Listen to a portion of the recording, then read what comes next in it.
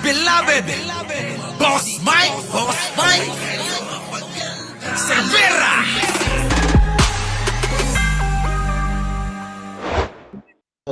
Ang lumalabas na Ayan, mga kababayan, sinasabi na eh. Pakinggan nyo po, mga kababayan, ha? hindi ho totoo ang lumalabas na survey na kumakalat ngayon sa social media na nagpagawa ang Okta Research ng survey ng buwan ng Pebrero na mas mataas si VP Sara. Yan ho ay fake news. Opo. Fake news pala eh. Yan na nga ba sinasabi ko sa inyo, mga kababayan. Lahat gagawin na nila para mga kababayan, linisin pa yung napakaruming pangalan ng mga Duterte. Kita nyo, mga kababayan? O, tuloy. At sa mga nakikinig po sa amin, sa atin, sana ho hindi nyo na ipagkalat yan. Naglabas na po kami ng statement sa media at sa amin Facebook na hindi totoo yung mga kumakalat na balita na nalampasan na ho ni VP Sara si President BBM sa trust and performance ratings. Yun lang.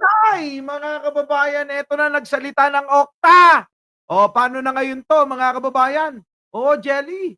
O, live na live to. Buhay na buhay ako, kita nyo? Sabi ko sa inyo eh. Yang ginagawa nila, mga kababayan, bumabaha daw ng pera. Oo, para mga kababayan, para palabasin na mabango pa ang pangalan ni Sara. Kayo naman, mga kababayan, di ba? Pag-isipan nyo maigi yung mga nangyari ng nakaraan. Ano po ang nangyari?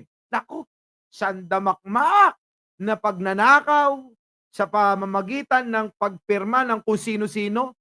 Kita nyo, mga kababayan. Ayan maliwanag na po. At yung iba, nakita nyo naman, may mga chismis pa na binayaran, binili yung mga survey company.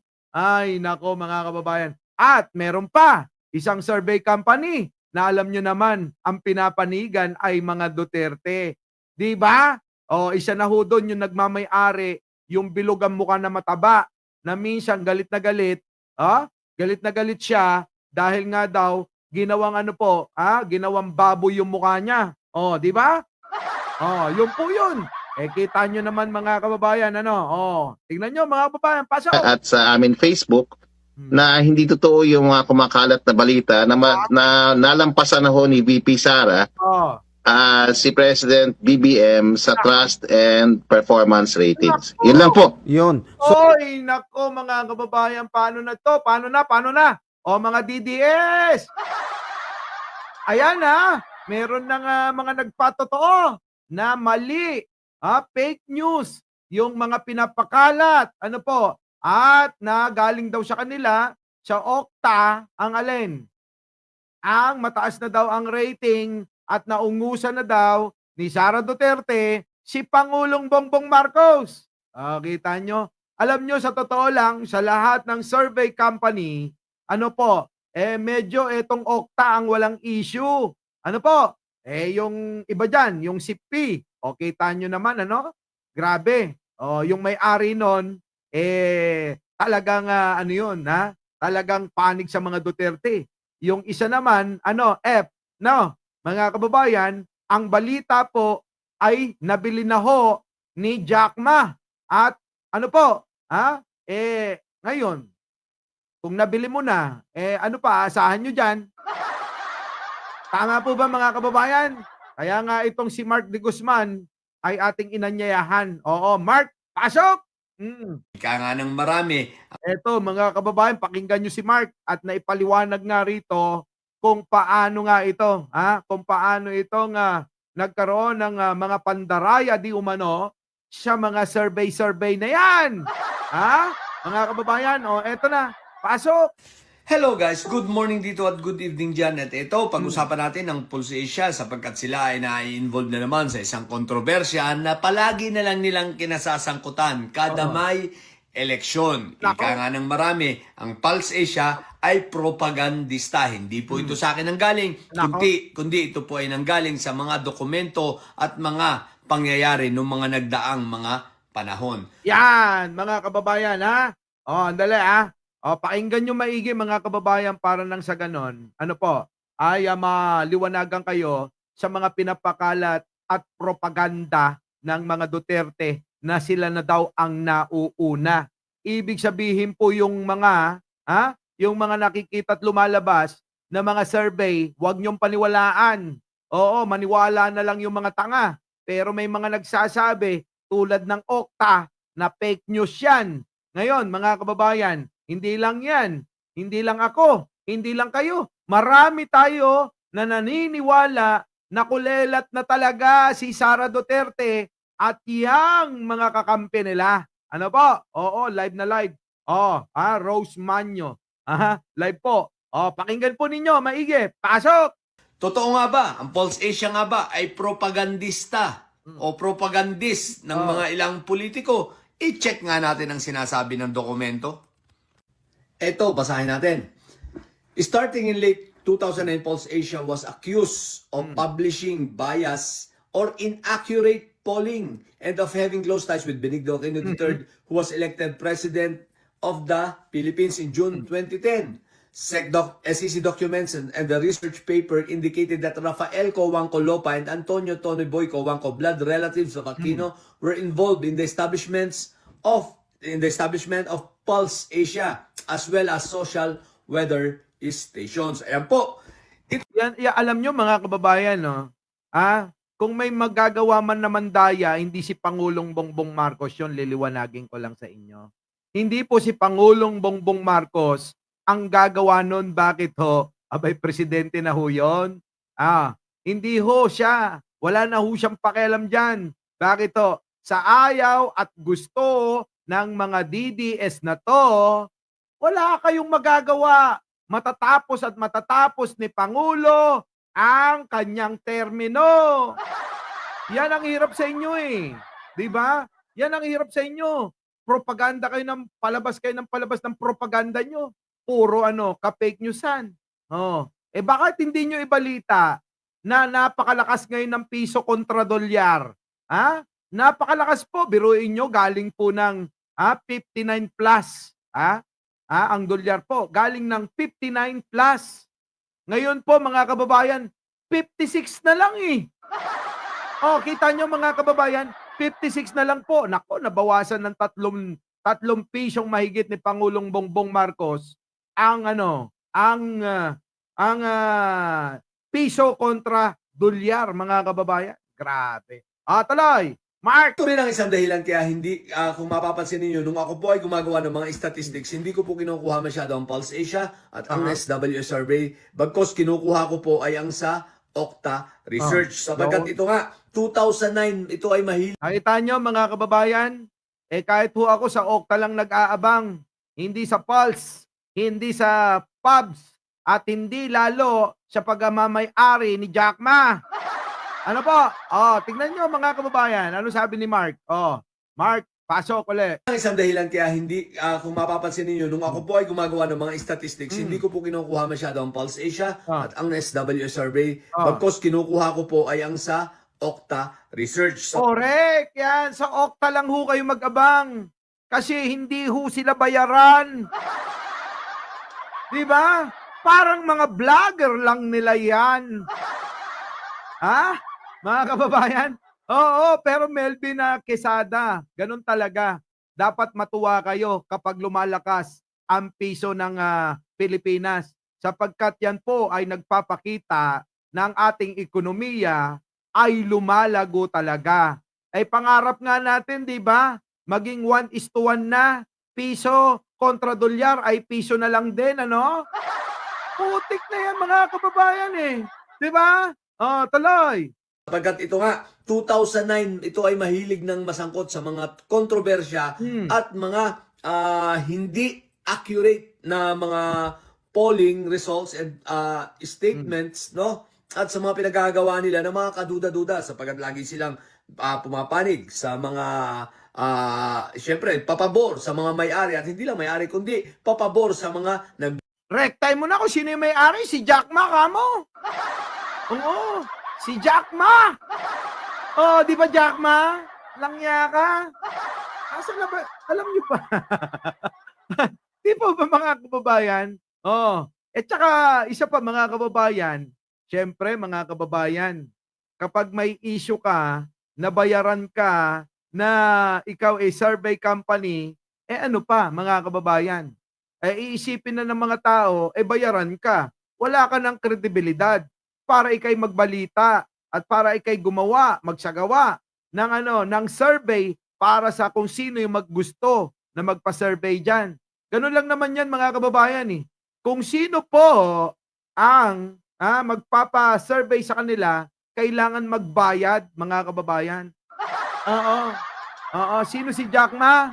Ayun, tanong nyo kay Digong. Oo, kilalang kilala niya. Tuloy. Babayad sa kanila. Oh, In short, tumatig nagbabayad. sa mga siyempre, papabor sa mga may-ari at hindi lang may-ari kundi papabor sa mga nagbabayad sa kanila. In Correct. short, tumatanggap po ng bayad ang Pulse Asia. Oh, hindi walang pagkakaiba sa mga vlogger nga nila. Di po ba in-expose ni Pebbles Kunanan Talakera na nagbabayad si Sarah? Oh, alam niyo yan mga kababayan. Oh, ngayon mga kababayan medyo lumiliwanag na at lumilinaw na sa ating mga pangunawa na talagang itong mga lumalabas na ka-fake newsan, mga kababayan, at yung mga lumalabas na survey ay hindi totoo yan. Grabe naman mga kababayan, nakita nyo naman ang bilis Biruin nyo, katataas lang ng kamay ni Manang Aimee. Biglang tumalon ng 6 kagad ang nilaktawan. Pero nagtaka ako. Oo, bakit kanyo? Eh kasi mga kababayan, dapat mas mataas yung idol ko. Eh pero mga kababayan, nauna 6 agad yung nilaktawan. Eh kung ang ginawa nila yung idol ko ang umangat, eh di mas okay sana. Hindi halata. Eh kaso, nako idol, oo Marcoleta, mukhang sinisistema, mukhang ilalaglag ka ng alin, ng PDP Mag-ingat ka idol. Kita mo ginawa nila. Halos parehas na lang kayo ni Camille Villar, di ba? Nauna ka na ng konti. Tapos ngayon biglang nag number 6. Di ba? Magkano kaya? Marcoleta, baka naman. Oo, yung mga naniniwala sa'yo, paglabasin mo na. Mukhang pera-pera na lang ang usapan rito idol Biruin mo, mas gusto kitang manalo kaysa dun sa 2. Di ba, mga kababayan? Ay, naku, Marcoleta, mag-isip ka. Mukhang sinisistema na nila at ilalaglag ka. Yun yung nakikita ko opinion ko to, idol. Pero, okay lang kung hindi mo ko sundin o paniwalaan. Pero alam mo naman ako, kapag nagsabi, may dilang anghel ako, nagkakatotoo. Di ba? Yan, Marcoleta. Oh, sino pa? Mga ilalaglag nila. Naku, mga kababayan. Oh, pagdating ng halalan at pagkatapos ng halalan, naku, maraming mag-aaway-away na magkakampi ngayon. Tandaan nyo yan. Eto na, tuloy. Hindi po ako nagsabi niyan. Again, ang nagsabi po niyan ay ang dokumento. Tingnan natin. Ito po, basahin natin yung ikalawang paragraph. In 2000, co-founder Professor Emeritus Miranda did admit that a presidential advisor for the current administration had paid over 620,000 to conduct an opinion survey of President Joseph Estrada at the time of... Naku, patay tayo dyan mga kababayan, nadama yung isang idol ko. Idol Erap, nagbayad ka raw ng 620 plus million para mag-conduct ng survey para sa kapaboran mo. At umamin yung may-ari mismo. Grabe mga kababayan, sana binigay nyo na lang sa akin. Marami pa tayong natutunan, di ba Mami PR? Kaso nga mga kababayan, alam nyo naman, di ba? Alam nyo naman ang kalakaran. Sa panahon ngayon, pera-pera na lang. Di ba? Hindi kikilos, Hindi gagalaw. Nako, mga kababayan, ang alin? 620 nga lang. Oo, namali ako, niisip ko yung ninakaw ni Sarah eh. 625 million mahigit eh. Diba? Ay, pero inyo, hindi, nung panahon na yan, malaki na yung 620. Diba? Invaders. Oh, malaki na yun, mga kababayan. Naiisip ko lagi, hindi na mawala sa isip ko, yung alin, Tony Ninubla. Yung ninakaw ni Sarah na napakarami.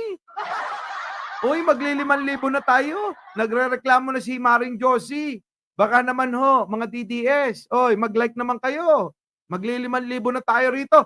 Pero si Josie, 800, wala pa 1,000 yung nagla-like sa inyo. Oh, di ba? Oh, ano pa? Tuloy, Mark. His impeachment trial. The survey reflected President Yan, yung impeachment trial na nangyayari noon. Kaya ERAP sa pangunguna naman noon, Nino, sa Kongreso, nung ginawa ni ERAP na maging speaker. Wala pong iba, kundi yung isang traidor kay Pangulong Bongbong na si Villar. Tuloy. Estrada's public acceptance rating going up. Oh, kita niyo na po. Noon pa man ay may kasaysayan na ang Pulse Asia na ito ay tumatanggap ng bayad upang paboran ng isang politiko at pataasin ang kanyang trust rating. O, Patay, mga kababayan, na bulgar na lahat ang kalokohan ni Pulse. Jackma, magpaliwanag ka naman. Siyempre, kung pag-aari mo nga naman yan, di siyempre, ikaw mauna dyan. Di ba?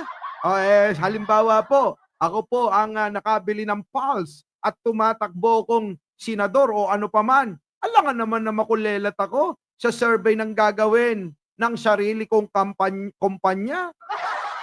Siyempre hindi. Hindi ako papayag sa anumat anong mangyari. Kaya nga binili ko ito. Kailangan mauna ako sa survey nyo. Dahil kung hindi, tanggal kayo lahat sa trabaho. Di ba? Mga kababayan, ganun lang yun eh. Tuloy. po, maliwanag. Acceptance rating. Pinapataas niya nung panahong ito ni former President Joseph Estrada at umamin. Umamin na tumanggap siya ng 620,000. Basta Naku, umamin mga kababayan. Baka mamaya, yung 620 mga kababayan, ano pa lang yun? Padulas pa lang. Di ba, mga kababayan? Pero alam nyo, mga kababayan, nung 2020, nung 2000, syempre, mga kababayan, yung 1,000,000 noon, mga kababayan, napakalaking bagay na, ano po? Makakabili na ho kayo ng isang brand yung kotseng maganda noon, mga kababayan. Ngayon ho, mga kababayan, yung mabibili ho nung 620, mga kababayan, parang hindi ka mayaman. Di ba? Kailangan, mga kababayan, ngayon, ang sasakyan mo, yung mga hindi nahuhuli sa daan. Kasi, mga kababayan, alam nyo naman, kapag ka nasa kalsada, no? Oo, kapag kapangit sasakyan nyo, oo, parang binubuli tayo. Ito naman kasing mga ibang Pilipino, puro mayayabang din eh. No? Di ba? Oo, second hand kotse. Hindi, Lester, ano ka ba? Ang 620,000 noon, meron ka ng magandang Toyota. Oo, Toyota, magandang Toyota na yun. Pwede ka nang bumili ng RAV4. Yung RAV4 noon, mga kababayan, ang ganda, ang cute, ang liit, no? Yung meron pang, yung kanyang reserba, nasa likuran. Di po ba? Noon, mga kababayan, pagka gano'n ng pera, kotse na yun, na maganda. Ngayon, wala na ho eh. Oo. Bibili kayo ng magandang kotse ngayon, maglaan kayo ng mga 2 million pataas. Oo, 2 million pataas. Kabibili ko lang eh. Kaya wala akong pera. Oo, mga kababayan mauubos talaga. Di ba, mga kababayan? So, eto na, tuloy mo, Mark. Ayon pa natin yung kasunod na paragraph dito. In 2010, Senator Richard Gordon sued Naku. Idinimanda ni Senator Yan. Gordon ang Pulse Asia and Social Weather Station ng SWS, Ah. the other leading political polling firm, in connection with this poor showing in pre-election surveys in which he was listed as a candidate for president. Yan, mga kababayan. Oh, kita nyo, mga kababayan. Dinimanda ho ni Dick Gordon noon yan, yung SWS at saka Pulse Asia. Kasi nga po, kumakandidato yan noon na presidente. Kung natatandaan nyo, si Gordon. Oo, sayang yan, mga kababayan eh. Oo, noon. O, alam nyo naman, di ba? Naging sikat si Gordon. Ito, ikikwento ko. Sino taga Olongapo? Mga kababayan, naging sikat si Gordon noon mula noong pumutok yung bulkan ng Pinatubo.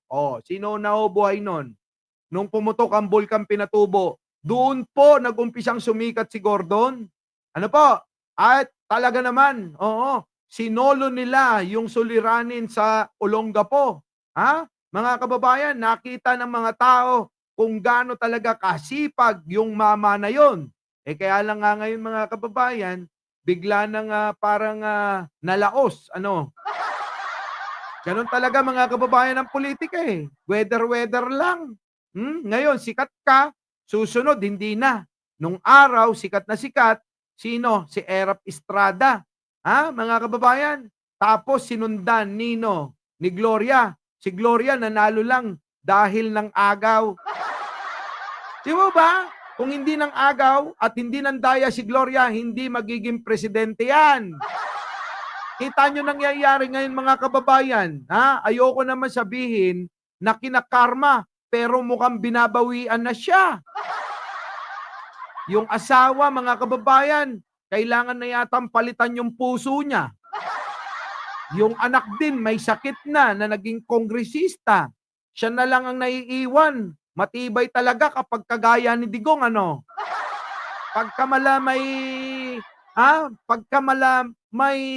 pagkademonyo, talagang mahirap mamatay, Pero dapat yan yung mga pinaparusahan ng mga tao. Oo, hindi yung mabubuti na katulad natin dito. Kaso, mga kababayan, wala eh. Si bro, para bang ayaw na tayong magkasala, kaya kinukuha na kagad yung mabubuti, Di ba? Tuloy mo, Mark. Gordon explained that surveys serve no public purpose except to rob the people of their right to be able to engage in a mental exercise where they can gauge their candidates' capability. Yan na nga yun. Yan yun.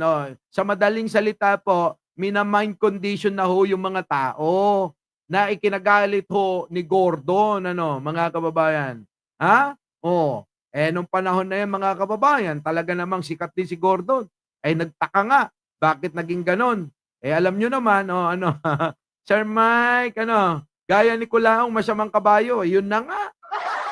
Putik na yan, mga kababayan, yung mukha nun, pag nakita nyo, grabe, hindi mo pagtitiwalaan, Pero si Mami Pierre, naniwala din minsan dun, Talay, Mark! It is mental conditioning in no uncertain terms. Tama, mind conditioning po itong Yan. mga ginagawa ng Pulse Asia dahil nga Yan ang sinasabi ko, bagbagak pa'y idikat. Sabi ni Corazon Sabangan, taga Olonga po ako, kaya alam ko yan. Okay, tamo. Baka nakalimutan mo, Corazon, kwento ko.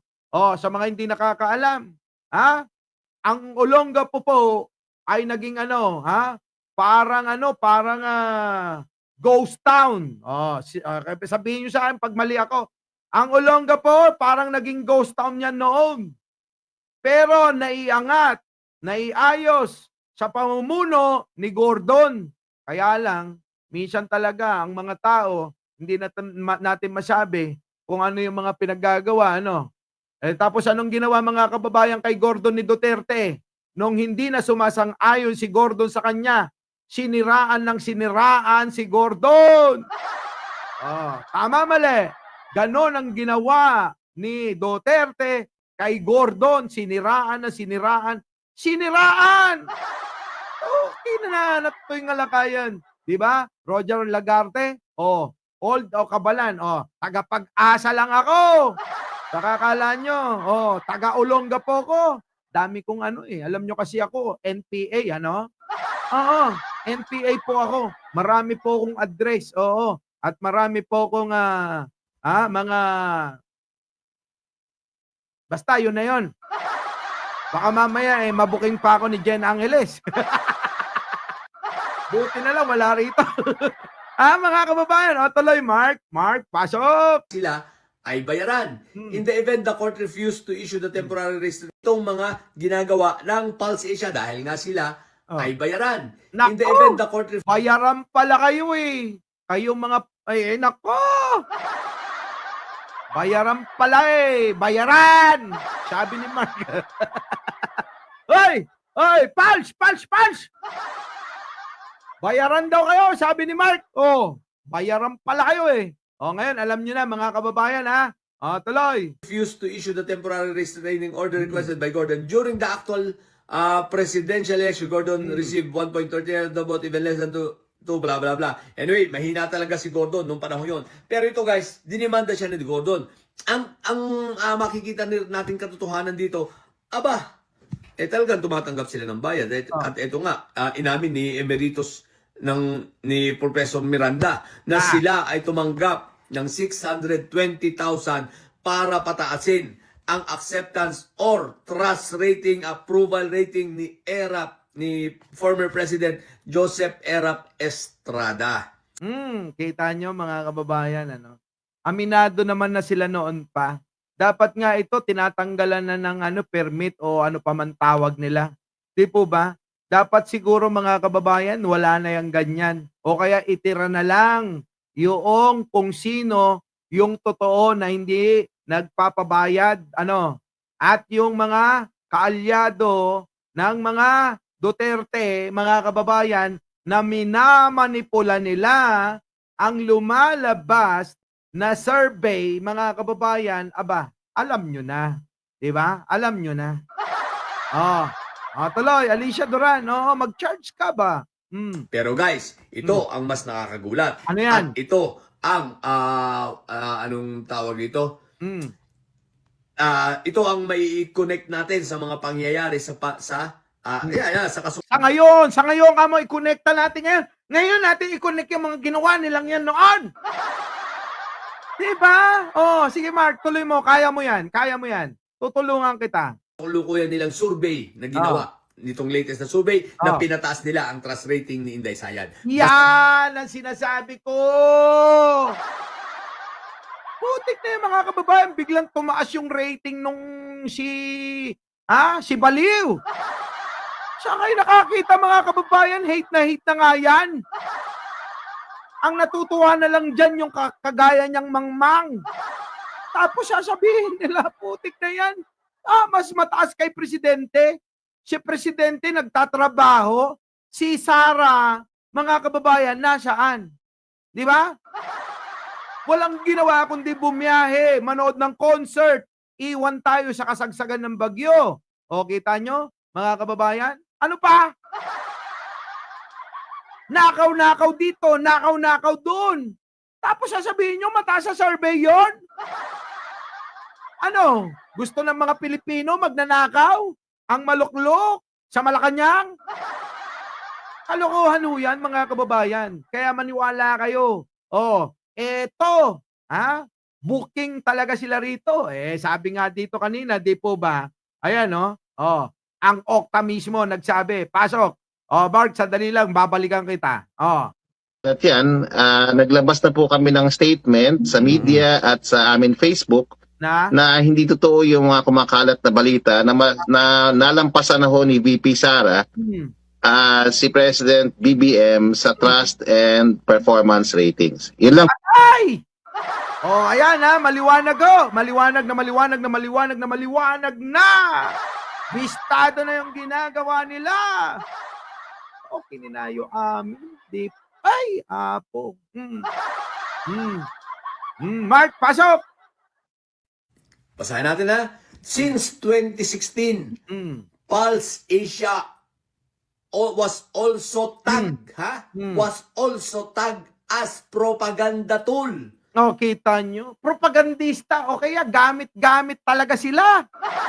Yun na nga yun. Gamit na gamit po itong mga itong Pulse Asia at ang iba pa para ano po mga kababayan, linlangin tayong mga Pilipino para isipin ninyo na malakas yung isang kandidato.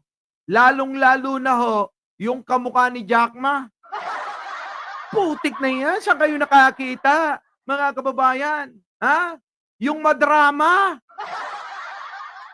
Yung kailangan bago lumitan niya, merong background music na malungkot para isipin ng tao na totoo siya.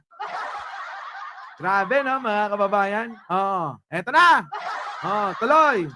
By several anti-Duterte organizations and newspaper columnists due to its regular release of surveys that seem to improve the optics of the Duterte government. Kita nyo na ha, ulitin natin ha. Propaganda tool.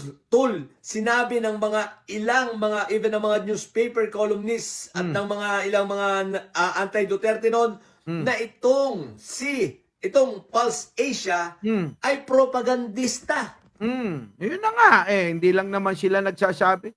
Kahit nga kami nagsasabi niyan eh. Di ba mga kababayan? Yan.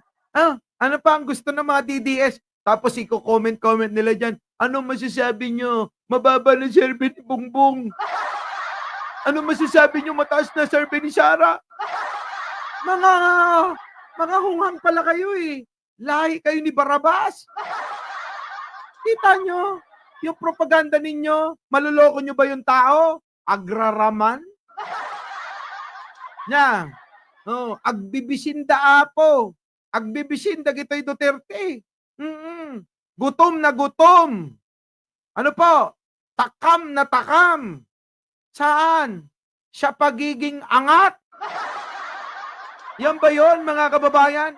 Takam na takam. Agbibising garot. Takam na takam at gutom na gutom. Itong kampo ni Duterte na maiangat nila si Sara. Kaya kahit na anong paraan, ginawa na nila. Di ba, mga kababayan? Alam nyo na, Alam nyo na. Uhaw na uhaw. Oo, di ba? Uhaw na uhaw. Tuloy. Ng mga Duterte at ito ay lumalabas na ngayon. Inuulit nila na sila ay propagandista. Sasabihin ko sa inyo. Yun naman talaga Siyempre, mga kababayan, kung nung araw nakatanggap na yan, pwede pang ulit-ulitin yan. Ulit-ulit dito, ulit-ulit doon. Pera-pera dito, pera-pera doon. Kasi nga uulitin ko yung sinabi ko kagabi. Na kapag si Sara ay natuluyang maalis sa pwesto niya sa pamamagitan ng impeachment trial niya, wala na hong Duterte. Tapos na ang karera nila sa politika. Ngayon, eto, mga kababayan kailangan nilang mabuhay si Sara. Kaya nga tawag nila prinsesa. Kasi mga kababayan, wala na hong titignan ng mga tao kung ang kampo ni Duterte ay mawawala ang apelyidong Duterte sa kanila. Tama, mga kababayan? Pag nawala na wala na hong titignan, wala nang ulo. Sabi nga ni Robin, mga kababayan, para kaming manok na naputulan ng ulo at paikot-ikot na parang tsubibo. So wala na sila. Yan na yung katapusan ng karera sa politika ng mga Duterte. Kaya kailangan nilang gawin lahat. Sukdulan na ibenta na nila ang kaluluwa nila sa demonyo. Sakto ngayon, mga kababayan, patay si Kristo. Ayan, sumapi na sana sa katauhan ninyo. Ang demonyo, sa bagay, kahit naman hindi Biyernes Santo, hindi naman mahal na araw, sumasapi talaga kay Sara, di ba? Sumasapi sa katawang lupa ni Sara ang demonyo. Biruin ninyo. Di ba ano sabi niya? Ipapapatay niya lahat yung mga yung si Pangulo, First Lady, at si Speaker. Isa pa, magpapahukay ng bangkay. Yun po ba, mga kababayan, ay matatawag na makadiyos? Tapos nagsasalita si Sarah, akala mo naman totoo siya. Mga kababayan, save the Queen, kunam, isugarod, save the Queen, garod, Oplan, save the Queen. Tuloy. Bakit ha? Mamaya, ipapaliwanag ko pa. Basahin natin, tuloy lang natin. Tuloy. That seems to improve the optics o pagandahin ang imahe, di ba? Ng mga Duterte. Amid ongoing crisis and social unrest, no? Sa kabila ng mga nangyayaring mga krisis at mga kawalan ng kapayapaan ng mga mamamayan. Wala talaga. Mga kababayan, paano magkakaroon ng kapayapaan kung ambisyo ni Duterte pumatay ng pumatay yan? Mga kababayan, kapag ikaw sumalungat, kahit sino ka pa, abogado ka pa, mamaya ipapakita ko sa inyo, hindi nyo pa alam to, kahit abogado ka pa, titigiin ka niya. Tuloy. Resulting from corruption, scandals, and gross ineptitude. Despite the controversy, however, Pulse Asia regularly delivers ng ulat ng bayan surveys even if this showed high approval and trust rating for Duterte among Filipinos. Ayan po, maliwanag. Kaya nga po ang sabi nila, ang taas lagi ng trust rating at approval rating ni Duterte dahil sa pinapalabas lagi noon ng SWS kasama ang Pulse Asia. Correct. Kasi mga kababayan, alam nyo, ganito yan. Makikita nyo naman yan. Sa kampanyahan pa lang, mga kababayan makikita na natin yan. Sino ho pinakamarami ang dumadalo sa mga kampanyahan ng alyansa at padapa? Di po ba sa padapa, wala ngang tao? Tignan nyo pag alyansa, punong-puno, mga kababayan, daan-daan libo. Pagkapadapa ang pumunta, swerte na 5,000. Yun po ba ay tutugma sa nilalabas nilang survey? Tao na mismo yung dumadalo, Hindi saan. Hindi sa mga troll ninyo. Diba? Ang dami nilang troll, mga kababayan. Ginagastosan yan. Namomonitor yan ng Malacanang. Baka hindi nyo alam. Yung mga troll nyo, yun yung bumoboto. Pansinin nyo, mga kababayan. Post ni Manang Aimee, puntahan ninyo. Puro papuri doon. Pero tignan ninyo, ilan ang kaibigan? Isa. Putik na yan, paano naging yun? Paano naging legit na account yun? Kaibigan, isa lang? Nagko-comment, mga kababayan, tignan ninyo bawat mga nagko-comment na papuri doon. Kahit sa mga Duterte, yung mga papuri, putik na yan, yung friends, isa lang. Pagka nagkaroon ng 3, swerte na yan. Bang klase? Kaya mga kababayan, baka ang sinorvey nila, yung sarili nilang trolls. Siyempre, iboboto ng trolls nila? Sila-sila lang din yun. Sa palagay nyo, mga kababayan, boboto ba yung trolls nila ng iba? Di ba hindi? Iboboto nila yung kandidato pa rin nila. Dahil sila lang yung gumawa ng survey, sila lang din yung bumoto. Walang mga kababayan. Ay, nako, bistado. Tuloy. So ito ay mind conditioning upang Correcto, balong. Gusto ako ng balong. Mind conditioning. Awan sa balay. Isulat ta. Look po the tao. Niloloko po yung mga tao sa pamamagitan nito. Isineset na ho yung mga isip ninyo para sabihin ninyo, para isipin ng iba, ay dito ko sa malakas. Kaya eto ang iboboto ko. Di po ba, mga kababayan? Ganun na ganun lang yun . Ganun pagtakpan ang mga nangyayaring mga EGK. Hmm. Pero ang katotohanan, Ano? noong mga panahon ni Duterte, hindi na masaya ang tao. Gusto mo? Isa na ako dun. Nakikita ko lang yung mukha ni Digong nun eh. Sa totoo lang, mga kababayan eh. Kung pwede lang magpakabayani. Di ba? Oh. Di dapat, wala na yan. Hindi na umaabot yan sa dahig. Tuloy. Napakarami nilang kinasasangkutang kontrobersya, lalo na ang Parmali. Parmali. Ayuda. Bagampay. PhilHealth. Kunampay. Droga.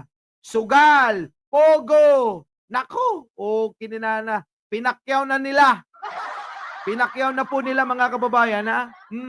Lalo na ang mga EJK at ano pa, itong mga pastillas, ang 6 billion shabu na nawawala, ang mga droga na mas kumakalat, walang nahuhuling mga drug lord. Si Michael Yang ginawang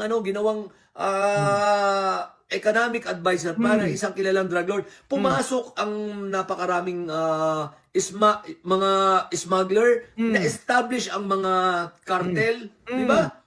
Wala nang kasiyahan ng tao ng panahon yun. Pero, pati bigas, pati sibuyas,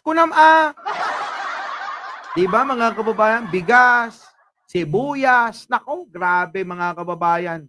Oo, lahat. Ultimo maliit na lang, nakita, pinapatos nila. Bakit ho mga kababayan? Alam nyo naman, matatakaw sa pera yan eh. Tapos nagrereklamo yung idol ko. Saan? Sa kamatis? Pati sili. Ano mga kababayan? Eto na. Pasok! ang taas pa rin ang trust rating ni Duterte. Ngayon, ginagawa ulit nila. Makikita ninyo ang Siyempre, kailangan nilang gawin yan. Pataasin ang rating ni Sara. Sabi ko nga kanina, kailangan nilang i-save. I-save po si Sara para mabuhay yung kanilang karera sa politika. Pag nawala na ho si Sara, tandaan nyo, ulitin ko, paulit-ulit to. Tapos na ho ang karir ng mga Duterte pagdating sa politika. Ang masakit pa niyan, baka pati si Sara, itong lahat ng mga nakadikit sa kanila, makukulong. Kulong-kulong dito, kulong-kulong doon. Lahat yan, mga kababayan. Tuloy. tunay. Kung talagang mataas ang trust rating ni Inday Sayan, ano naman at hindi sila, sa tuwing nananawagan sila ng rally si EDSA, bakit walang dumarating? Supay ako nakga-road. Kang kanayon ko nga ibagbaga. Pagka may mga rally sila, walang tao, walang dumadalo. Tapos mataas yung rating ni Sara nyo? Subukan nyo si Pangulo magtawag sa EDSA. Baka buong kamay nilaan, buong NCR mapunta. Kidding. Sinalit. Tuloy. Ang tagal niya na niyang gustong pabagsakin ang gobyerno. Bakit walang mga dumarating kung lampas ng majority ng Pilipino ay sumasang-ayon sa kanya? Totoo yan. Totoo yan. Kung sumasang-ayon sa inyo ang majority, nasan na? Kung hindi pa kayo magkaroon ng okasyon sa Davao, wala pang tao. Anak ng pating na yan. Sabi pa ni Roy Perez, nagkaroon pa ng peking bigas. Hindi nga lang peking bigas nun eh. Pati peking repolyo, meron din eh. Natandaan nyo ba yon? Peking bigas, peking galunggong, peking isda. Yan ho yung pinasok ni Duterte. Natandaan nyo po ba yun? Siyempre, marami sa atin makakalimot dahil madali tayo makalimot. Noong panahon noon ni Digong yan. Pati peking asukal. Peking isda, peking bigas. Ewan ko lang bakit yung mukha ni Duterte hindi niya mapeke. Ganon siguro kapag pangit talaga, pangit na no? Hindi na magagawa ng paraan Pero si Sara at si Kitty, ayun, pineke din. Pinaayos yung mga pagmumuka. Kaya lang mga kababayan, humuhulas eh. Hirap na hirap talaga yung gumawa. Di ba? Tuloy. Yan. Ang mga rally ng PDP, nilalangaw, tanging... Correct! Sinabi ko nga yan eh. Sinabi ko na yan. Ang mga rally nila, nilalangaw. Ang mga mga kababayan, ang mga patawag nila, Kaya ang ginagawa nila, patawag nila sa Davao. Bakit? Sa Davao lang sila merong tao eh. Baka nga mga kababayan, ngayon matalo pa eh. Kita nyo? Nako, etong ginagawa nila mga kababayan, kabaliwan. Binabaliw lang yung mga mangmang na sumusunod sa kanila. Kita nyo ang yayabang, akala naman nila totoo. Sabi ko sa inyo, lahat ng ilabas ng mga Duterte, pinapaniwalaan nung mga DDS na bobo. Pero tandaan nyo itong sasabihin ko. Hindi lahat ng mga DDS solido. Hindi lahat. Dahil may mga DDS na ang gusto yung matanda lang. May mga DDS naman na ang gusto si Sara lang. Biruin ninyo, biruin nyo sila mga kababayan. Hindi pa magkasundo-sundong mag-ama. Tapos sasabihin nyo, mataas ang rating niya. Ay.